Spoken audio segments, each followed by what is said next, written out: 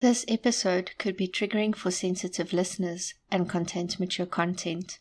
It may not be suitable to all listeners. Should you need any emotional assistance, please see the show notes for telephone numbers that you can call. This episode contains reference of child abuse and the sexual exploitation of minor girls. There is also reference to suicide, so please consider this before listening. The views and opinions expressed in this podcast are my own and do not reflect the official policy or position of the podcast. Any content provided by contributors such as the host, guests, bloggers, sponsors, or authors are of their opinion and are not intended to malign any religion, group, club, organization, company, individual, or anyone or anything. Before we get into today's episode, I just want to say a huge thank you to all of my listeners in South Africa and around the world. We reached 500 downloads last week, and I could not have done it without any of your support. So thank you again from the bottom of my heart.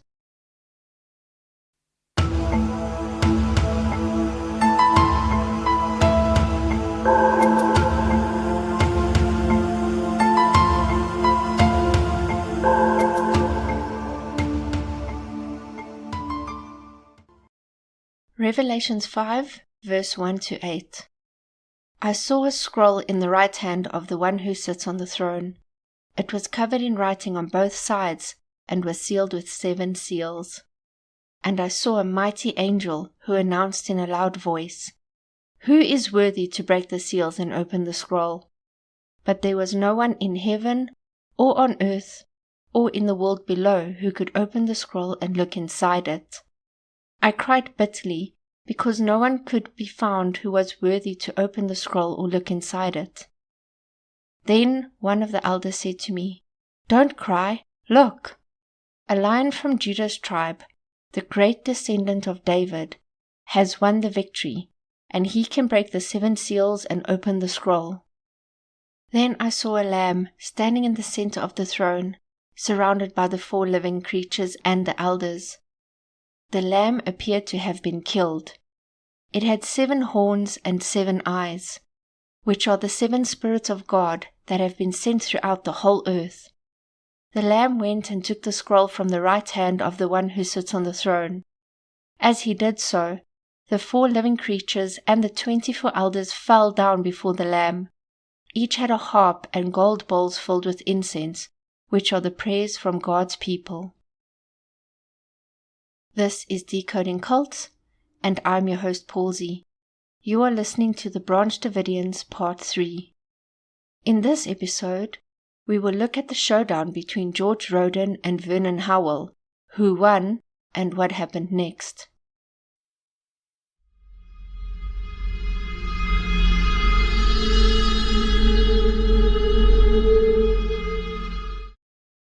Last week, we ended where George Roden was trying his best to, at most, get rid of Vernon and at least turn the followers against him. Vernon, however, was very well liked within the community and, with the backing of Lois, was primed to become the next leader. Vernon had announced that it was time for those followers outside of the compound to hear his sermons. He and Lois drafted a letter together inviting people from across the US and some other countries where they had followers to come and listen to him speak. By the end of 1983, Vernon was doing most of the preaching and was basically running the group. People truly believed that he was a prophet from God. Tension was building between George and him. The rumors being spread by George were starting to take root in a small number of followers, but not nearly enough to make an impact. George had even taken to the pulpit one Sabbath, and his sermon was basically an attack on Vernon. At some point in the sermon, one of the congregants stood up for Vernon. This angered George so much that he physically pushed over one of the older female members who fell to the ground. Vernon quietly got up from his seat, helped the lady up, and they left the chapel. Many of the congregants followed them out. It was here where Lewis realized that Vernon was indeed going to be the next leader. In January of 1984, Vernon declared that he had received another message from God. This message proclaimed that he was to wed Rachel Jones, daughter of Perry Jones. Perry and his wife Mary Bell were happy to have Vernon as part of the family and gave their consent. Now, Vernon was 24 years old by this time, but Rachel was only 14. While I let that sink in, I just want to remind you that in the state of Texas, girls are allowed to get married from the age of 14, as long as they have parental consent. I am in no way justifying what he did at all. I just want to unpack what may have led him to think that it was okay, and also let others feel that what he was doing was okay. Firstly, Vernon's mom had had him at the age of 14. His aunt married a soldier when she was 14 years old as well. So I surmised that to Vernon this was a perfectly normal age for people to get married. According to populationmatter.org, about 300,000 children, with a few as young as 10, were married in the US between 2000 and 2018. Child marriage is still legal in 46 states, and it is only in recent years that the remaining 4 states, Delaware, New Jersey, Minnesota, and Pennsylvania, banned the practice with no exceptions. We even have similar laws here in South Africa. As I explained in episode 2, a girl can get married from the age of 15 with parental consent, but under our customary marriages law, there is no age limit. I also found a News 24 article from 2019 which said 22 underage children get married every minute, the highest prevalence in Africa. It then goes on to say that in South Africa alone, around 6% of girls marry before they turn 18. But the figure might be higher than that because a lot of it does not get reported. And then, what about the Joneses? Well, here's this young man who you believe is a prophet of God. You believe that he receives messages from God and have followed them up to this point. So it would stand to reason that you would believe this kind of proclamation. Again, I am not condoning this at all. In my opinion, at 14, a girl is still a child and is definitely not emotionally mature enough to be a wife, let alone have children of her own. It seems like whatever alleged relationship he was having with Lois was now over. I have no idea how she felt about this, but we do know that she was still proclaiming that Vernon would be the next leader of the group. Tensions grew, especially from George's camp. Later that year, a fire broke out at the compound, which destroyed the administration building and the printing press. It is said that the damages amounted to $500,000, which would be around $1.3 million in today's terms, or 18.9 million rand. George sprung onto this opportunity. He blamed Vernon for the fire, although Vernon denied it, and chased Vernon and his family off of the property by gunpoint. A second group, who did not want to follow either George or Vernon, left and settled somewhere in Alabama under the leadership of Charlie Pace. Those who still believed that Vernon was to be the next leader would leave the compound to join him. Some of them were even kicked off the compound by George. Lois was distraught. By this time, she had been diagnosed with breast cancer. I think this is the reason why she did not fight George on the issue. She did, however, spend time between the compound and Vernon in an effort to try to get him to come back. Vernon, his wife Rachel, her brother David, her sister Michelle, and their father Perry Jones, along with another handful of followers, moved to Waco. They felt that they were still under threat from George, and then relocated to Palestine, Texas, which the locals pronounce as Palestine. Coincidentally, Palestine, not the one in Texas, was the place where Victor Hautef had predicted that the remnant would found the theocratic kingdom.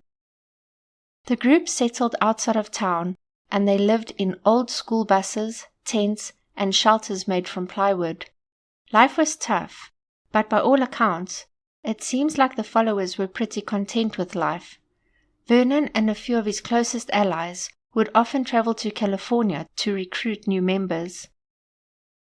Vernon did not outright recruit by spreading his message immediately. He would start out by using a love of music to form an initial bond with people. An ex-follower even described in an interview, "He was straightforward, a straight shooter, but he could be very humble. In the early days, he used to do a lot of work with drug addicts and homeless people in California. He was really good at dealing with them." Please don't get me wrong. I'm all for helping your fellow man, but from what I have learned about Vernon, especially things that will emerge, I kind of think that this was also a tactic to get followers.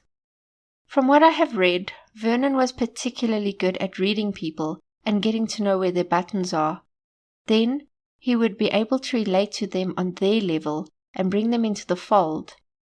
By helping these completely vulnerable people, I think it may have been an easier in to get them to follow him. But, as we will learn a bit later, it would not just be the vulnerable people that he would get into the fold.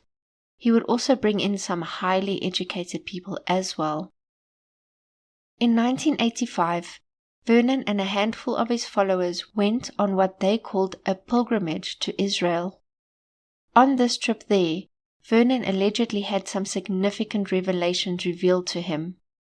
He claims that he was taken in a chariot to the constellation of Orion and shown some truths.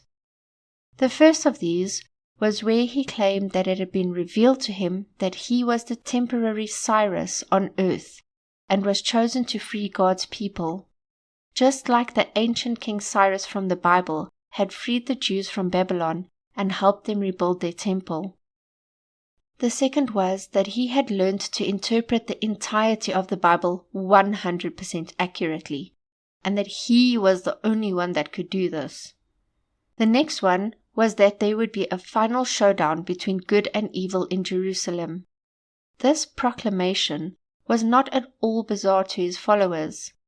Way back during the formative years of Seventh-day Adventism, one of their core beliefs was that there was a power struggle between good and evil, or Satan and heaven, right here on earth, and that the end of this battle would lead to the second advent. As most of the followers had an SDA background, it would stand to reason that they would believe it. Lastly, Vernon proclaimed that the last battle would happen at some point in 1995. His sermons also turned more towards the 7 seals that were written about in the book of Revelations. The 7 seals are end-of-times judgments from God, and as each seal is broken, a new judgment is unleashed on earth. Here we can see the beginnings of a cult-like structure. Vernon, who was already seen as a prophet, is now further emphasizing this by claiming that he is a temporary Cyrus on earth. He is also creating an us versus them scenario, using the great battle between good and evil. Furthermore, he is putting himself forward as the only one with the information that could lead to his followers' salvation, in stating that only he could accurately interpret the Bible. Perry Jones, still a staunch believer, would go to California to recruit for Vernon. One significant recruit was Mark Bro. Mark, who was originally from Hawaii, had gone to California to study religion at the SDA college. Mark had very poor eyesight, and the church had told him that he would basically not be able to preach because of this. He was understandably upset by this, as he now had a qualification that he couldn't use. Perry ran into Mark at a bookshop in 1986 and struck up a conversation with him. Mark was intrigued and met Vernon shortly after. Mark and Vernon became fast friends, sometimes saying that they were like brothers. Mark in turn would bring in a very significant convert by the name of Steve Schneider. Steve, who was born in Wisconsin in 1949, attended an SDA boarding school in his high school years, and it is here that he found a deep passion for the Bible and religion. After school, he went to Hawaii for a while and got into the surfing scene there. When he finally returned home, he met a beautiful young lady by the name of Judy. She was a very popular young lady. She had been raised Lutheran and was set to study fashion design. When Steve took Judy on a holiday to Hawaii, her studies became a thing of the past. The couple moved to Hawaii in 1978, and here Judy worked 2 jobs so that Steve could study religion at the University of Hawaii. The couple finally married in 1981. By all accounts, they were a very happy couple and very much in love. In 1986, while Steve was still working toward his PhD in Hawaii, he met Mark. Mark had told him about Vernon and his teachings. At first, Mark was super skeptical about it, especially with his religious background, but it all changed when he met Vernon, and he and his wife soon became a big part of the group. Another significant convert was Douglas Wayne Martin, known as Wayne at the compound. Wayne had studied law at the prestigious Harvard University. He was not a huge fan of the fast-paced world in Boston and decided to open a small practice in Waco, Texas, where he mostly dealt with smaller issues such as liability cases. He was very well liked by his colleagues around town. He met his wife Sheila, and they had 6 children together. One of their sons contracted meningitis. According to the Mayo Clinic, meningitis is an inflammation in the fluid and membranes surrounding your brain and spinal cord. There are different causes of meningitis, such as viral, bacterial, parasitic, or fungal infection. Some infections may improve without treatment, but some, specifically those caused by bacterial infection, may cause serious complications or even be fatal. This illness left the poor young boy somewhat disabled and with very poor eyesight. It affected Wayne deeply. His wife gave him tapes with Vernon's teachings on them. He did not immediately listen to them, but eventually, when he did, they gave him the answers that he was seeking. He and his family started following Vernon. One more person that Mark brought in was Sherry Jewell. Born in Honolulu in Hawaii, she moved with her mother to California when her parents separated. Having been raised a Methodist, she converted to Seventh-day Adventism in college and moved to Michigan to teach high school. Here she married a young man called David Jewell, also part of the SDA church, and they had a daughter who they named Kerry. By some accounts, the marriage wasn't all that happy. Her mother said in an interview with Time magazine, "She was so sad. Sherry was always a very up person. She was having such a hard time." They finally divorced in 1984, and Sherry moved back to Hawaii with Kerry.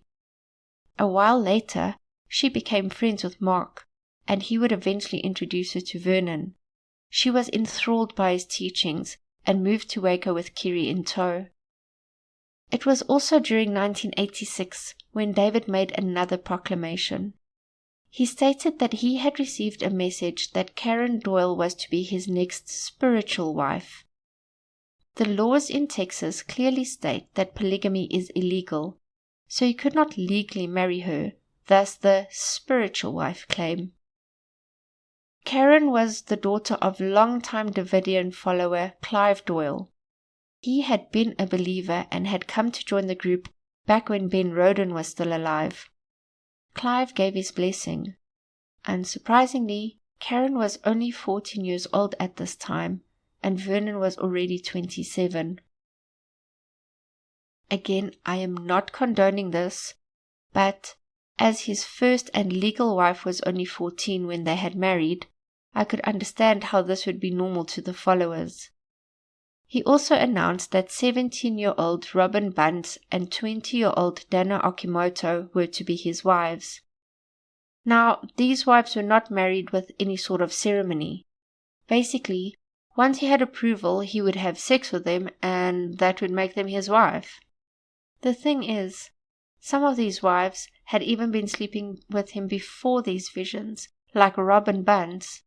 Because of the way in which Vernon would proclaim his visions, it actually made these girls feel special, like they had been chosen by God to be the prophet's wife. A short time later, he made another claim that he was to take another spiritual wife. This time, however, it wasn't as well received as the previous two. The thing is, he had claimed that it was to be Michelle Jones, Rachel's 12-year-old sister. This time it was a little harder for the group to accept this claim. After all, she was only 12. Vernon tried to defend his claim by stating that he had gotten the message directly from God when he was back in Israel. He also tried to justify it by claiming that the Virgin Mary was only 12 when she was pregnant with Jesus. I looked into this claim quite a bit and found that while there is no actual reference to Mary's age in the Bible, there are those who claim that girls between the age of 12 and 14 did marry at the time. It was only when Rachel said that she had had a dream where God spoke to her. She said that God had told her that if Vernon was not able to completely follow this path and fulfill these proclamations, that he would die. Apparently this reinforced the claim on Michelle, and he received the Joneses' blessing to take her as his spiritual wife. Back at Mount Carmel, things weren't going so well for Lois. According to 2branches.info, Lois endeavored to carry on with her ministry, but with little success, and her health suffered. Her treatment at the hands of her son George, which resulted in mental and physical torture, included a reported incident of George hog-tying her and taking her to a mental institution, trying to have her committed. Her attempts to get Vernon back to lead on the compound all but failed. Sadly, Lois succumbed to her illness and passed away on 10 November 1986 at the age of 70. Her body was transported to Israel so that she could be laid to rest next to her husband on the Mount of Olives. George finally had control of Mount Carmel. He immediately renamed it Rodenville and made Vernon out to be their greatest enemy. He now also put himself forward as a prophet. He was still prone to outbursts and would often get into heated fights with people who still lived on the compound. In a television interview, as he was showing the journalist around his Rodenville sporting a gun, he likened his rivalry with Vernon to a holy jihad. He also changed all of the rules within the compound. Slowly, those who were still loyal to Lois had decided to leave and seek out Vernon's group. George also started to gather more outsiders and bring them to the compound. It was alleged that some of these new members were criminals, and that there was even a meth lab on the compound during this time. 1987 was quite a big year for both Vernon and George. Vernon had claimed another spiritual wife, namely Nicole Gent, who was only 16. In October of 1987, George married Amo Paul Bishop. Even though George was in control at Rodenville, he was still threatened by Vernon's leadership. In an effort to finally claim that he was the true leader, George challenged Vernon. He said that they should both attempt to bring someone back from the dead. He further said that whoever would be able to achieve this would become the official leader of the entire group and the other would need to step down.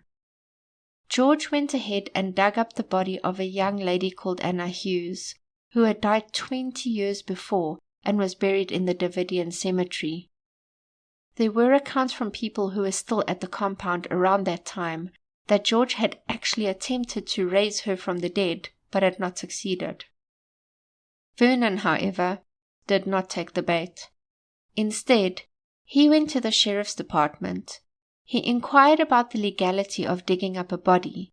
According to thc.texas.gov,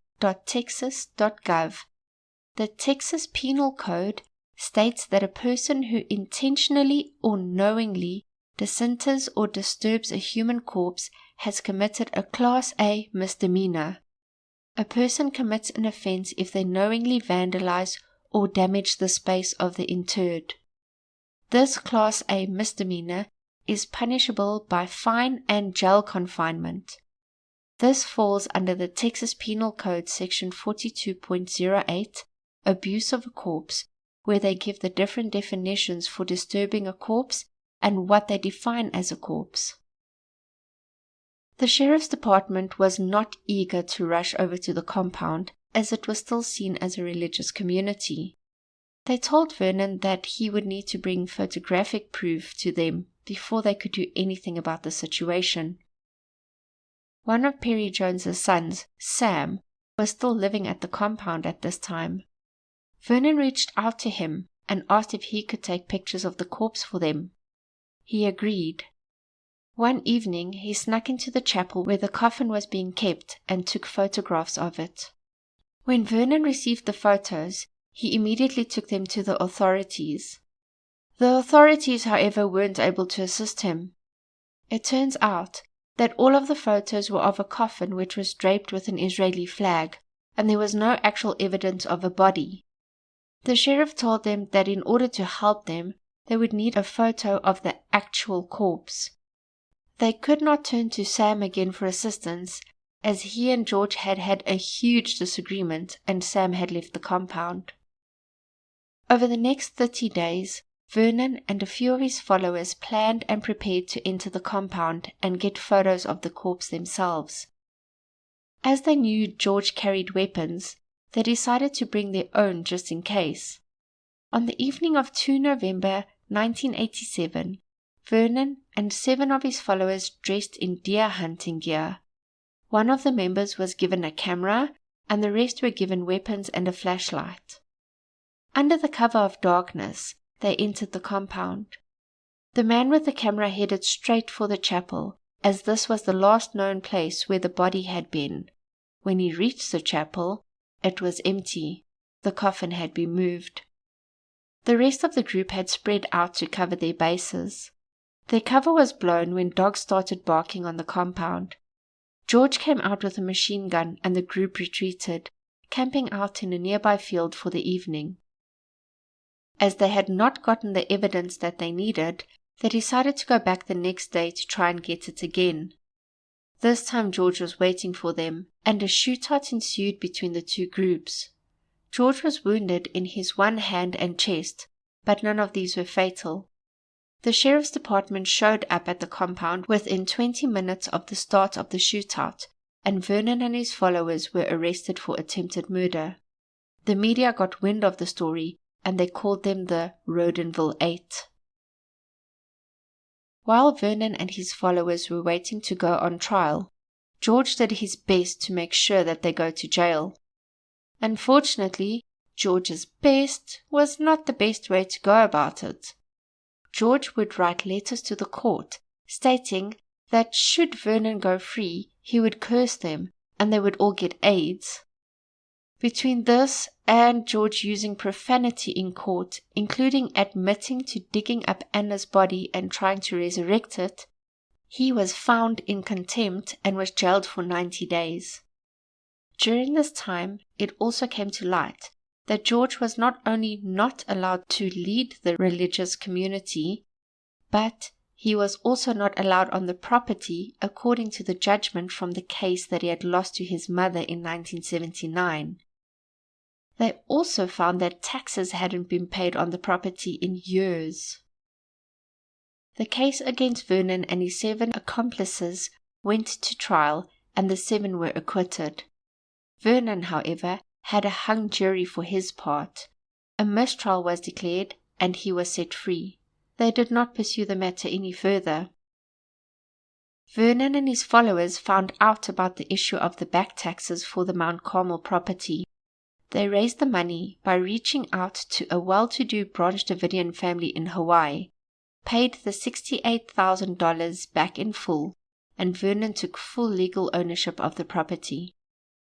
$68,000 in 1988 would equate to just under $157,000 today, which is about 2.25 million rand. The entire group moved back to the Mount Carmel compound. George's wife Emma was still living on the property. They offered for her to stay there, but she decided to move away. Before we carry on with life back at Mount Carmel, I just want to finish George's story. After George was released from jail and had officially been banned from Mount Carmel, he settled in Odessa. In 1989, he killed a man called Wayman Dale Adair, who was 56. There are varying accounts on how he had come to know Wayman. Some say that they were roommates, others say that he was a neighbor, and others still claim that he was sent by Vernon to kill him or share a divine revelation. Regardless of the circumstances, George killed him with an axe. While George was waiting for his trial, he attempted to commit suicide in his jail cell. He tried to hang himself with a bedsheet, but it had torn. The staff had heard a thud, and when they went to inspect where it had come from, they found George on the floor with the sheet still around his neck. At his murder trial, he was found not guilty by his peers by reason of insanity. Following this verdict, he was committed to a mental institution.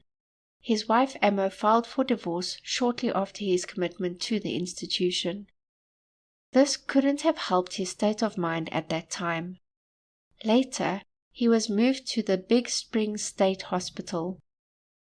On 30 September 1993, George escaped from hospital. Well, I say escaped, but he basically just walked out of the front door.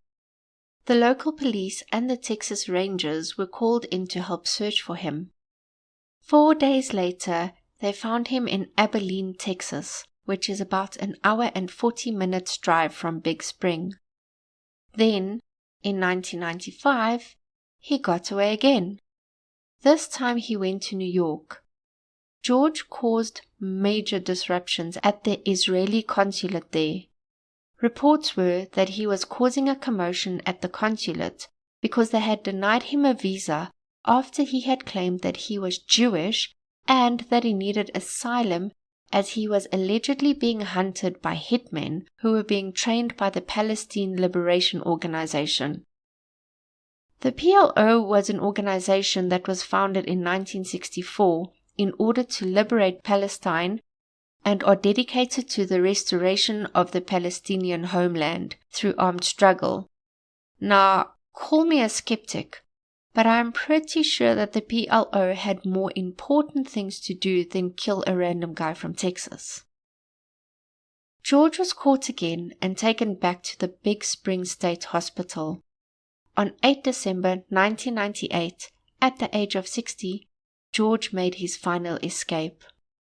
The sad thing is, he didn't get very far.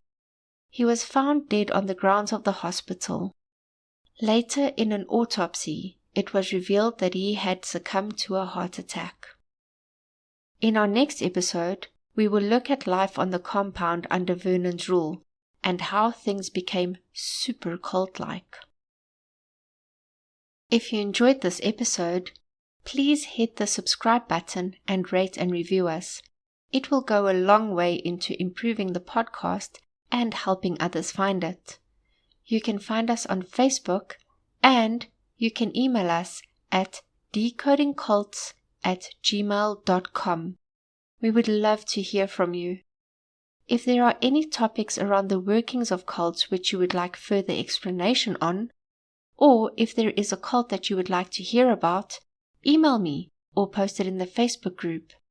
Remember to go and check out bydesigncraftssa, and if you order, tell them that I sent you for a 5% discount.